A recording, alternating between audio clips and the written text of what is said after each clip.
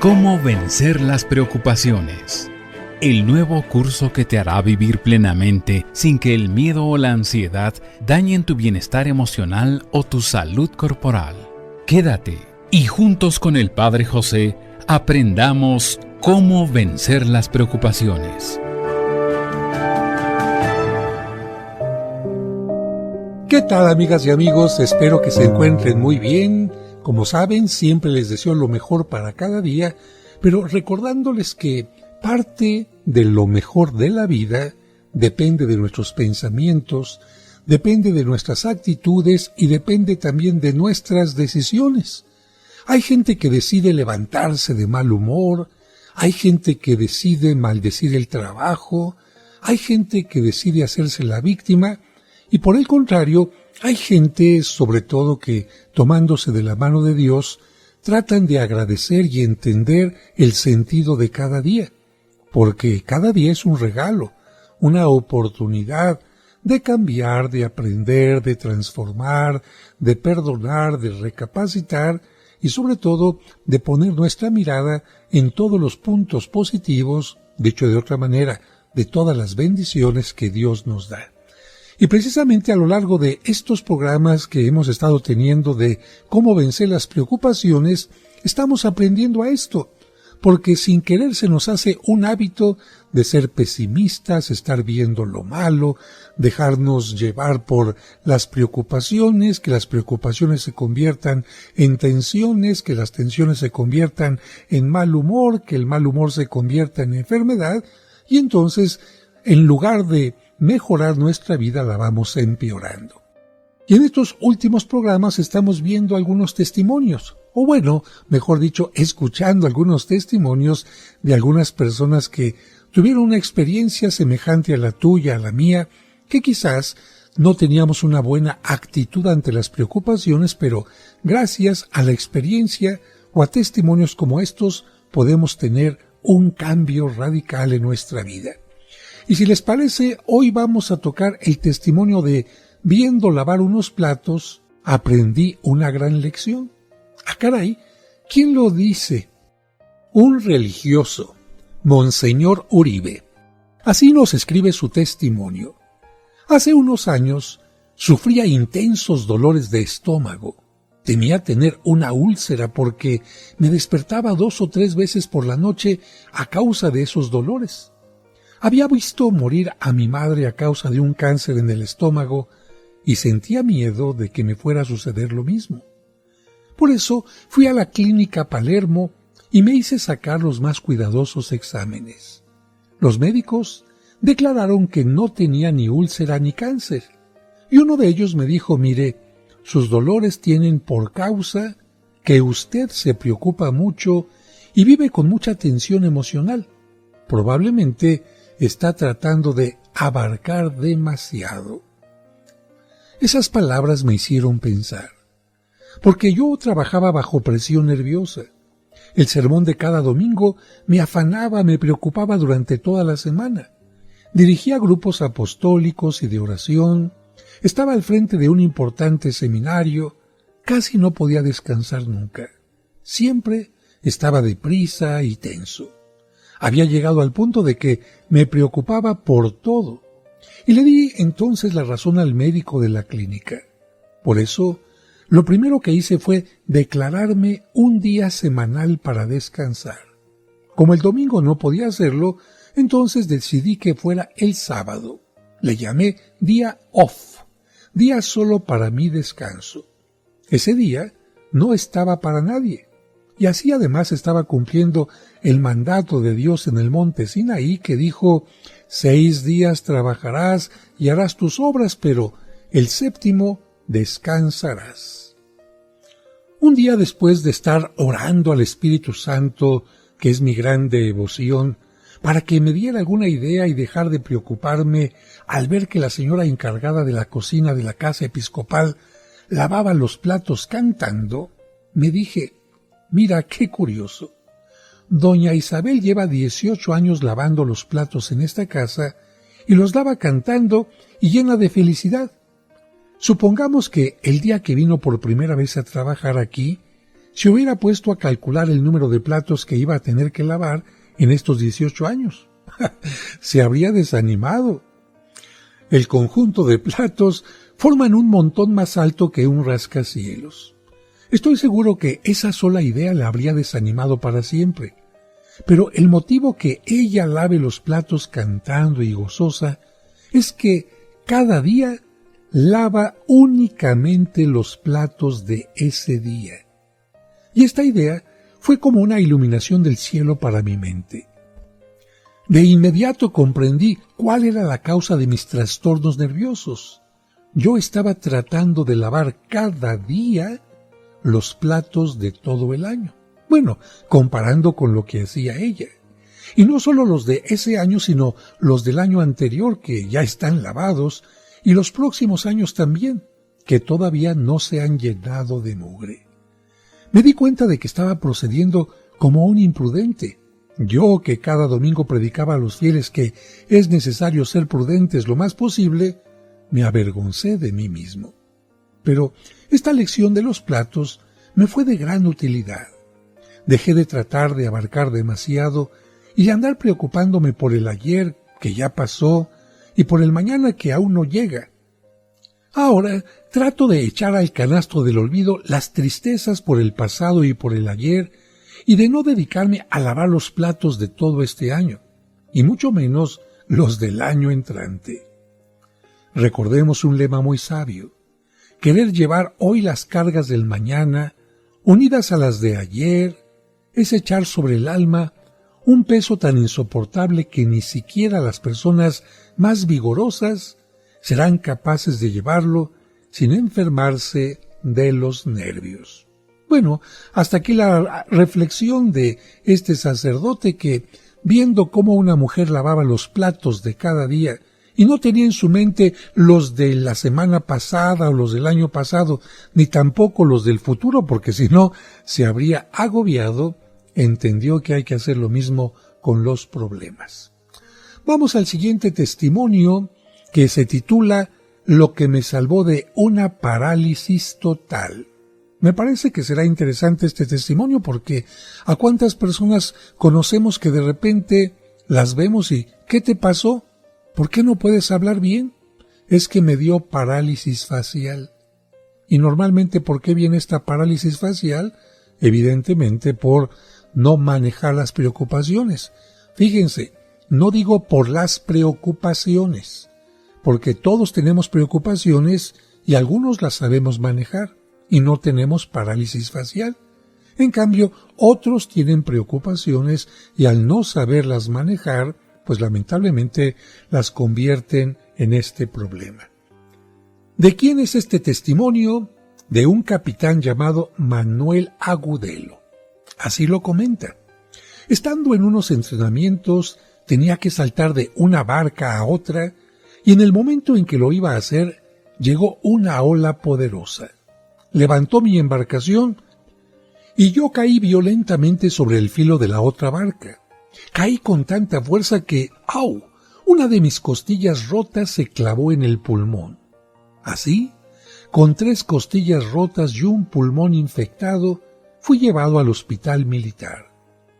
Después de 3 meses de estar allí tendido en un lecho de enfermo, escuché a los médicos una noticia que me llenó de tristeza y de terror. Decían que no observaban en mí ninguna mejoría. Me dediqué entonces a meditar y a pedirle a Dios que me iluminara, que me hiciera entender cuál era la causa de que mi salud no consiguiera ningún progreso. Y me di cuenta que la causa de que yo no progresara en salud era mi preocupación. Hasta entonces había estado acostumbrado a una vida muy activa y ahora, durante aquellos 3 meses, había permanecido boca arriba en esa cama las 24 horas del día, sin otro oficio que el de pensar y preocuparme. Cuanto más me preocupaba, más negros se volvían mis pensamientos, y cuantos más pensamientos negros me llegaban, más crecía mi preocupación. Entonces pedí y obtuve que me llevaran varias horas al día a la sala de lectura, y ahí leí libros de psicología y animación que me hicieron enorme bien. Todavía recuerdo algunos de esos libros maravillosos. Por ejemplo, Cómo alejar la depresión de la AI, Secretos para triunfar en la vida, de Salesman, El arte de aprovechar nuestras faltas, etc. ¿Qué hizo este hombre después de leer los libros? Así nos lo cuenta. Luego me puse a practicar algunas obras manuales, ya que las manos las tenía bien. Y hasta me dediqué a ejercicios de computación. Reconozco que adquirí bastante destreza en la computadora. 3 meses después, cuando se reunió otra vez la junta de médicos, se quedaron admirados de mi mejoría y la calificaron de asombrosa. Me felicitaron. Y esta felicitación me llenó de alegría a tal grado de que estuve a punto de gritar de emoción. ¿Qué había pasado? Que yo había desplegado tanta actividad y había estado tan ocupado que no tuve tiempo de dedicarme a la preocupación y a los pensamientos negros y pesimistas. Y Dios, y el organismo, y las medicinas, y los masajes hicieron el resto. Lo que quiero poner de manifiesto es esto. Cuando no hacía otra cosa que estar tendido en la cama y preocuparme por mi futuro y tener pensamientos tristes, no logré ninguna mejoría. Estaba envenenando mi organismo con las preocupaciones y hasta las costillas rotas y el pulmón infectado se negaban a sanar. Pero tan pronto como me distraje leyendo libros de optimismo, jugando dominó, ajedrez, tallando pequeños pedazos de madera, trabajando en la computadora, etc., entonces los médicos pudieron declarar que había mejorado de modo asombroso. Ahora les puedo contar que llevo otra vez una vida normal y que mis pulmones son tan buenos como los de ustedes. Recuerden lo que dijo un filósofo del siglo XX. El secreto para ser desdichado es tener mucho tiempo libre para ponerse a pensar que uno no es feliz. Mantengámonos tan sanamente ocupados que no tengamos tiempo ni siquiera para preocuparnos.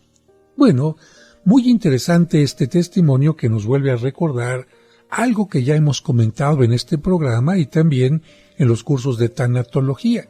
¿Se acuerdan? Nuestra mente solamente puede estar pensando en una cosa a la vez. No puedes estar pensando en 2 cosas a la vez. Si tú tienes una terapia laboral, es decir, te pones a trabajar, tienes una actividad manual, algún juego, te pones a arreglar los cajones, te pones a pintar, te pones a arreglar los desperfectos que hay en casa, te pones a preparar una receta, en fin, lo que sea, tu mente en qué tendrá que estar pensando. En cómo cortas la cebolla, los jitomates, en cómo acomodas la ropa, en cómo haces tal o cual cosa. En ese momento, tu mente no puede estar pensando en tu problema. En cambio, si estás tumbado, tirado en la cama todo el tiempo, y estás constantemente dándole vuelta a tu mismo pensamiento depresivo, obsesivo, de tristeza, de víctima, pues entonces esos pensamientos se van a convertir en algo negativo. Por eso recuerda, siempre que hay una depresión, siempre que hay un momento de agobio, siempre que hay un problema importante que te esté como un abejorro dando vueltas y vueltas y vueltas, entonces, ¿qué es lo que tienes que hacer? Tratar de cambiar de pensamiento. Y se trata de darle la bienvenida, de albergar en tu mente, por supuesto, a pensamientos optimistas, positivos. Vamos con el siguiente testimonio que corresponde a un urbanizador. Solamente nos comparte su nombre. No quiere que mencionemos el apellido y se trata de Luis. Y él lo titula Lo que hice cuando me dijeron que ya no podría ni mover un dedo. Así lo comienza. Un domingo después de la Santa Misa, al subir a mi habitación sentí un fuerte dolor en el corazón. Afortunadamente, iba acompañado de un amigo que corrió a un puesto de la Cruz Roja que había en la plaza y alcanzaron a ponerme una inyección anticoagulante antes de que, por terribles dolores, quedara yo desmayado. Cuando me desperté, estaba en la sala de cuidados intensivos de la clínica para enfermos del corazón. El señor cura párroco me administró la unción de los enfermos y me dio la absolución. Y al ver que empezaban a llegar mis familiares muy asustados y llorosos, me di cuenta de que había llegado mi última hora. Y hasta me sucedió algo cómico, porque en aquella sala en la que a todos los visitantes los obligan a colocarse una túnica blanca, cuando yo me desperté y vi al frente de todos a un anciano muy calvo y vestido de blanco y con unas llaves en la mano, yo creí que era San Pedro y exclamé emocionado: ¿me salvé? ¿Estoy en el cielo? ¿Usted es San Pedro? Y el anciano me dijo: no, yo no soy San Pedro, yo soy el párroco. ¿Y esas llaves?, le pregunté. Son las de tu auto, me dijo sonriendo. Después me enteré de que los médicos habían preparado a mis familiares porque, según ellos, al menor esfuerzo podría quedar muerto. Y a mí me advirtieron que mi corazón estaba tan débil que no debía hablar ni siquiera, fíjense bien, mover un dedo.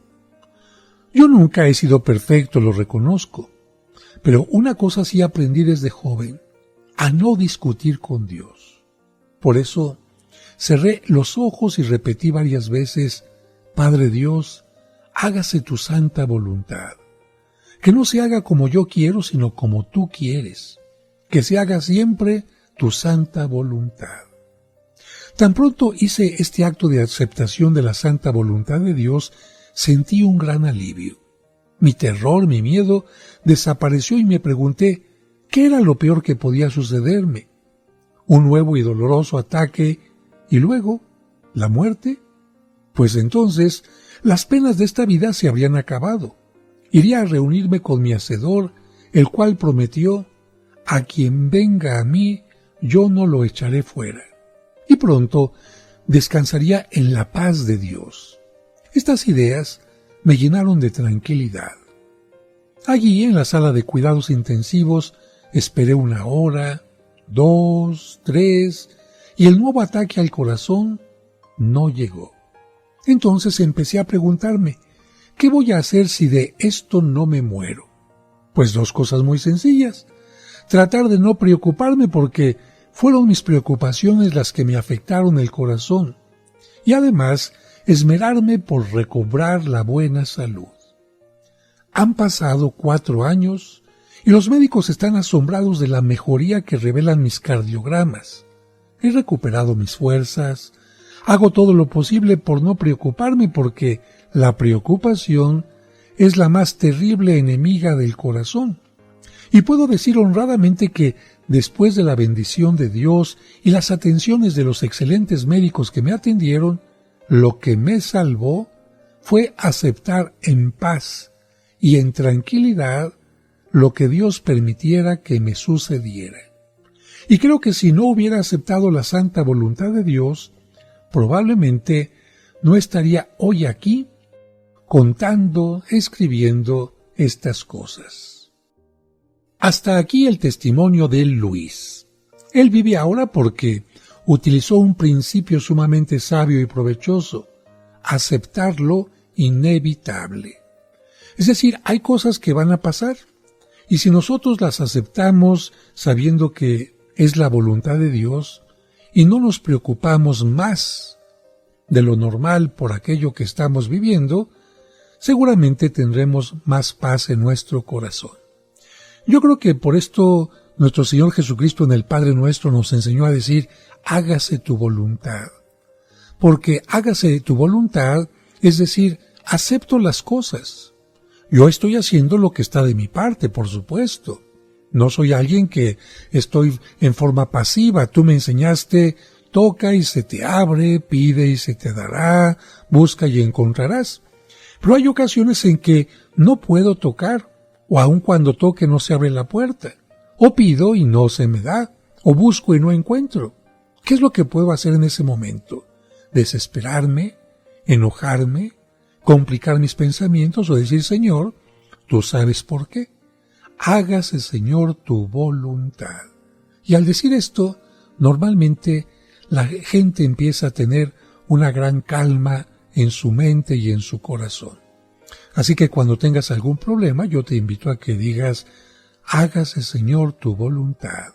Hágase, Señor, tu voluntad. Y puedes añadir también la frase: Señor, yo confío en ti. El siguiente testimonio es de alguien que ustedes seguramente conocen muy bien. Se trata de uno de los mejores educadores que ha tenido no solamente la Iglesia, sino la humanidad.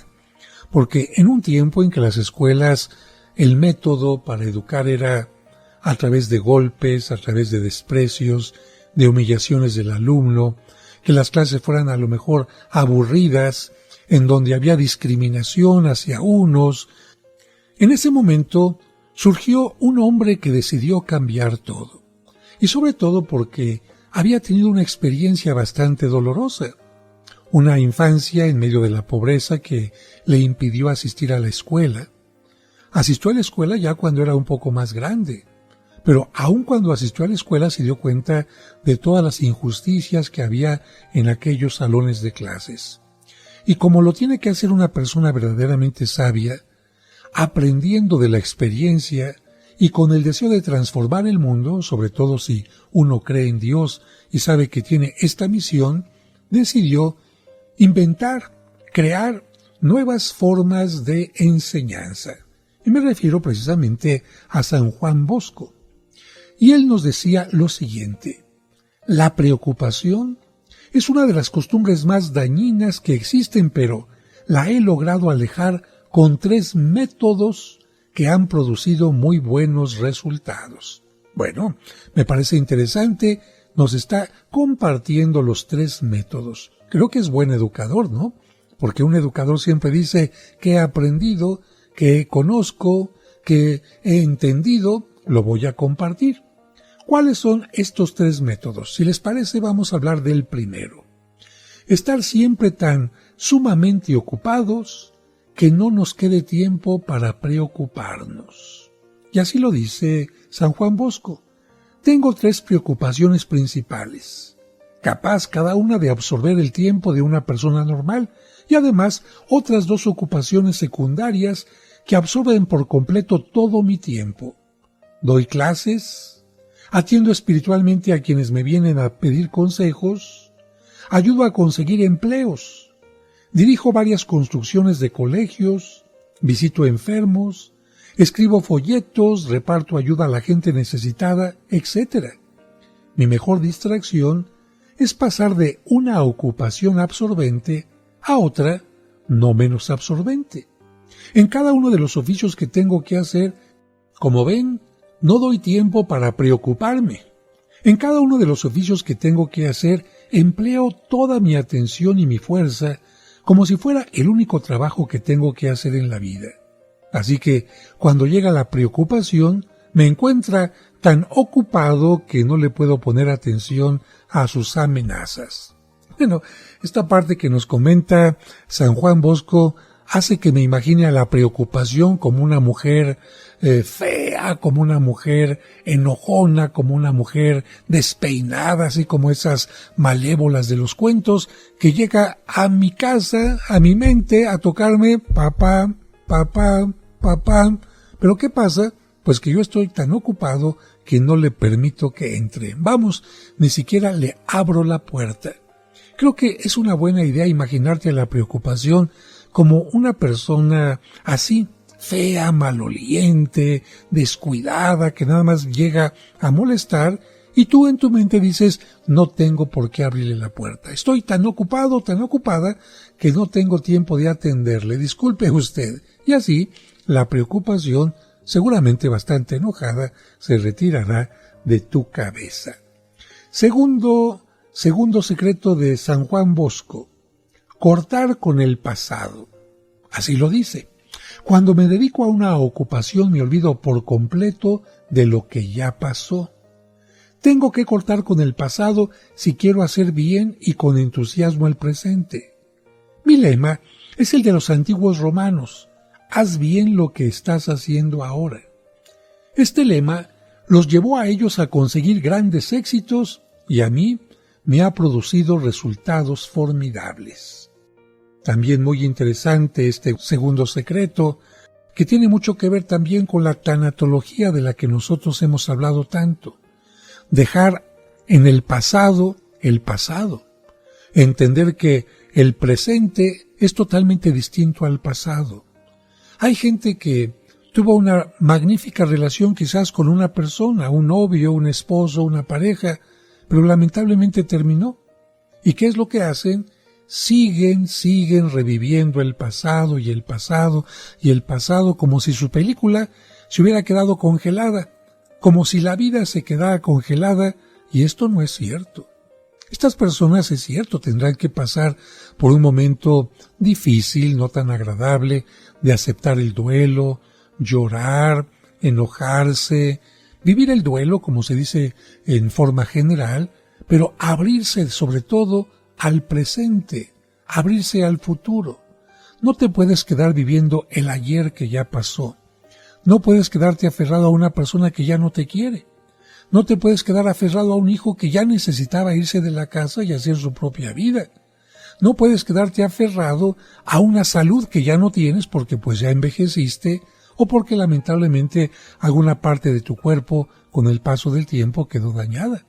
Así que sigue tomando los medicamentos, el tratamiento, pero no pienses que vas a volver a ser ese quinceañero o ese niño que tenía 7 años y podía hacer de todo. Es de sabios vivir cada momento, cada tiempo, y por lo tanto hay que cortar con el pasado. Por muy hermoso que haya sido, hay que cortar con él. Y si fue un pasado miserable, de malos recuerdos, con mayor razón. ¿Para qué estar rumiando aquellas experiencias, traumas y momentos difíciles que formaron parte de tu vida? Mejor centrarte en los momentos hermosos que pueden formar parte hoy y en el futuro. Tercer consejo de San Juan Bosco. A base de autodisciplinarme, he conseguido no afanarme, no preocuparme por el futuro. Y he logrado expulsar de mi mente, mientras trabajo, cualquier preocupación por el después. Por experiencia, he constatado que si uno vive afanándose por los problemas del futuro, va a vivir preocupado de noche y de día y a todas horas, y las angustias van a ser continuas. Esas dificultades futuras, aún no resueltas, reclaman de tal manera la atención que no nos dejan hacer bien lo que el presente nos está pidiendo, lo que tenemos actualmente entre manos. Si dejara que las preocupaciones por el futuro me acompañan mientras ejecuto mis trabajos presentes, destruiría mi salud y la capacidad para resolver problemas. Por eso, cada vez me convenzo más y más de lo cierto y provechosa que es aquella recomendación de Jesús. No se preocupen por el día de mañana. A cada día le basta su propio afán. Por algo lo diría Cristo seguramente, porque él veía también a mucha gente con úlceras, preocupaciones, insomnios, por este tipo de cosas que solamente necesitaban un milagro, el milagro de creer en Dios, el milagro de creer que la voluntad de Dios y hacer a un lado las preocupaciones de la mente pueden cambiar las cosas. Fíjense que este formidable educador, San Juan Bosco, que fundó 40 colegios, edificó varios templos, mandó misioneros a los más lejanos países del mundo, escribió más de 40 libros y llegó a educar gratuitamente a 100,000 niños pobres, estaba siempre alegre y de buen genio.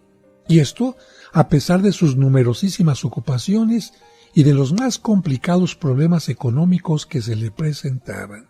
¿Por qué? Porque había encontrado estos 3 secretos para no preocuparse, los que te acaba de compartir, los que acabamos de aprender. Los repito antes de ir al corte. Primero, estar siempre ocupado. Segundo, no vivir pensando en el pasado. Tercero, no dejarse dominar por las preocupaciones por el futuro. Ojalá que aprendamos a poner en práctica esto, a vivir el presente con mucho entusiasmo y a liberarnos de las preocupaciones por el pasado y por el futuro. Y nuestro testimonio siguiente nos lo comparte Maturana, un famoso entrenador.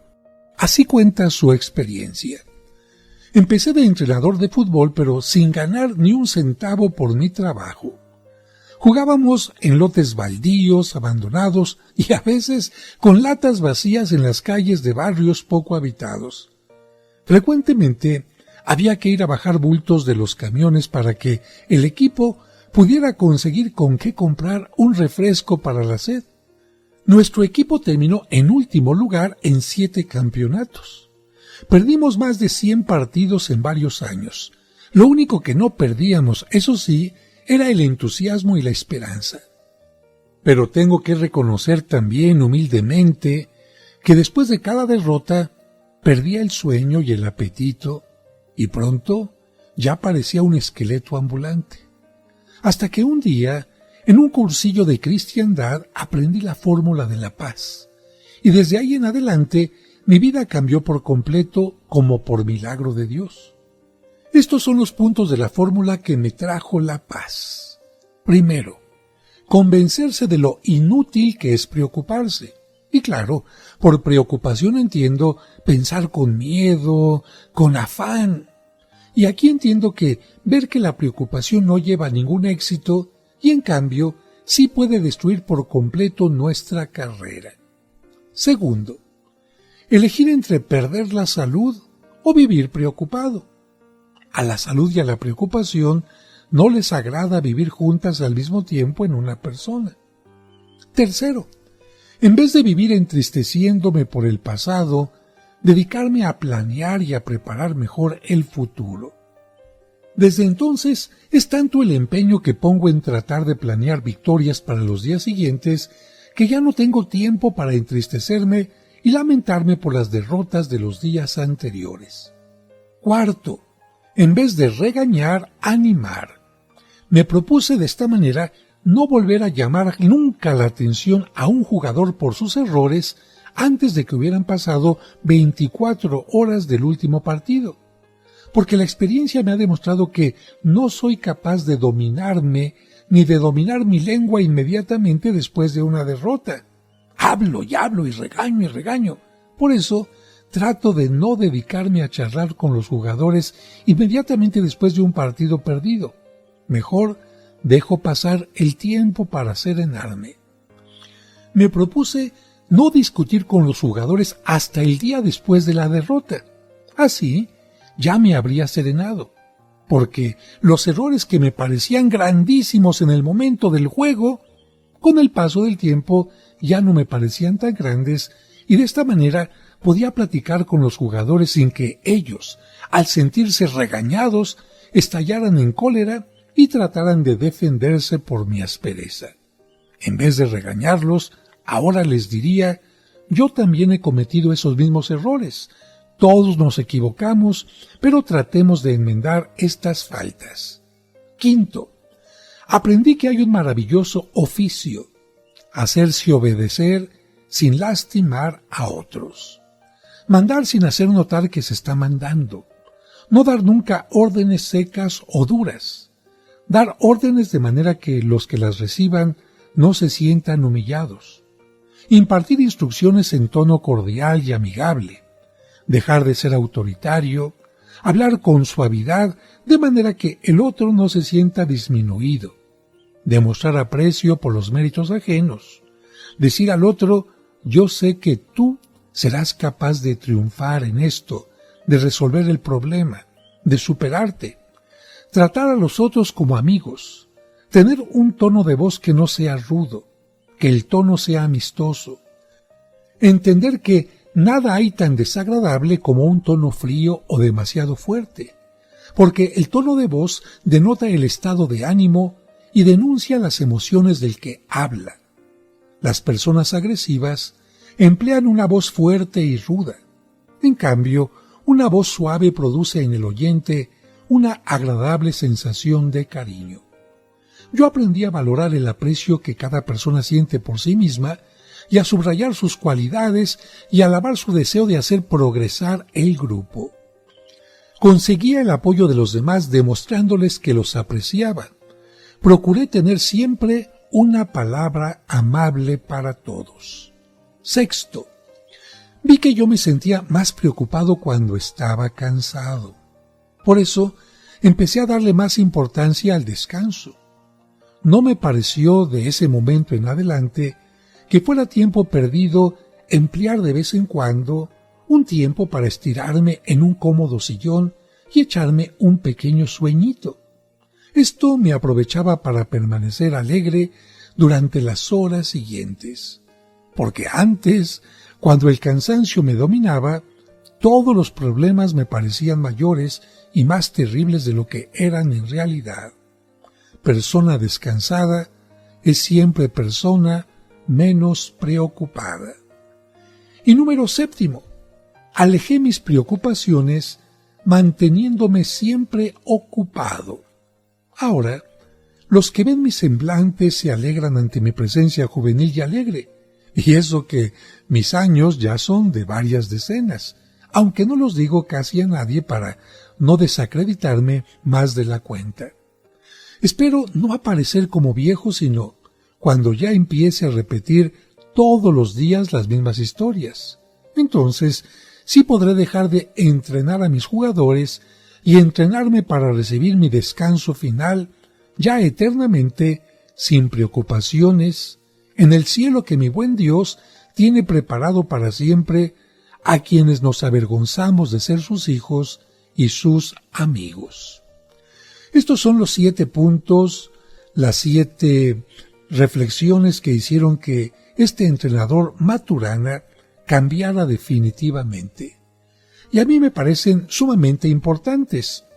Entiendo que un entrenador cuando pierde el equipo se enoja, se siente frustrado, y este enojo y este cansancio, como él lo ha demostrado, puede producir palabras hirientes para los jugadores, palabras que van a convertir este regaño en aspereza y en que los jugadores respondan también con aspereza y se depriman.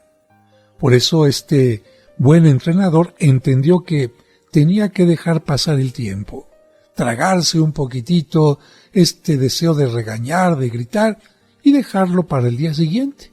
¿Y qué es lo que sucedía? Al día siguiente podía ver las cosas de otra manera.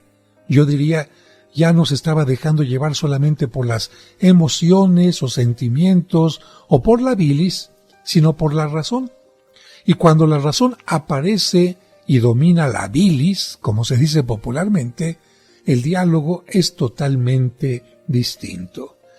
Con esto vamos a terminar el día de hoy, queridos amigos, amigas, nuestra reflexión y los testimonios de cómo vencer las preocupaciones. Nos quedará seguramente un último programa que espero que ustedes sigan con atención para dar por concluido este tema que a muchos de ustedes, y diría mejor dicho, a muchos de nosotros nos sirve, porque simplemente lo que hemos escuchado hoy al final, un tono suave, es mucho mejor que un tono altanero, que un tono impositivo. Ya sería buena tarea para estar pensando toda la tarde y toda la noche y a lo mejor hasta todo el día siguiente, ¿no?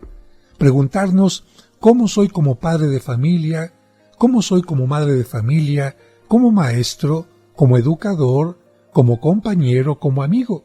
A lo mejor simplemente ahí podríamos tener un gran cambio en nuestras relaciones.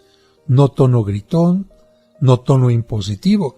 Yo creo que un tono seguro, eso sí, algo que nos indique y que le indique al otro que estamos hablando con seguridad, qué es lo que pensamos, qué es lo que creemos, qué es lo que defendemos, pero no por eso tiene que ser un tono menos amistoso. Espero que nos escuchemos en el siguiente programa y por ahora les deseo que Dios les bendiga y les recuerdo como siempre que nunca están solos, porque de una o de otra manera Dios siempre está cerca de nosotros, en nuestro camino.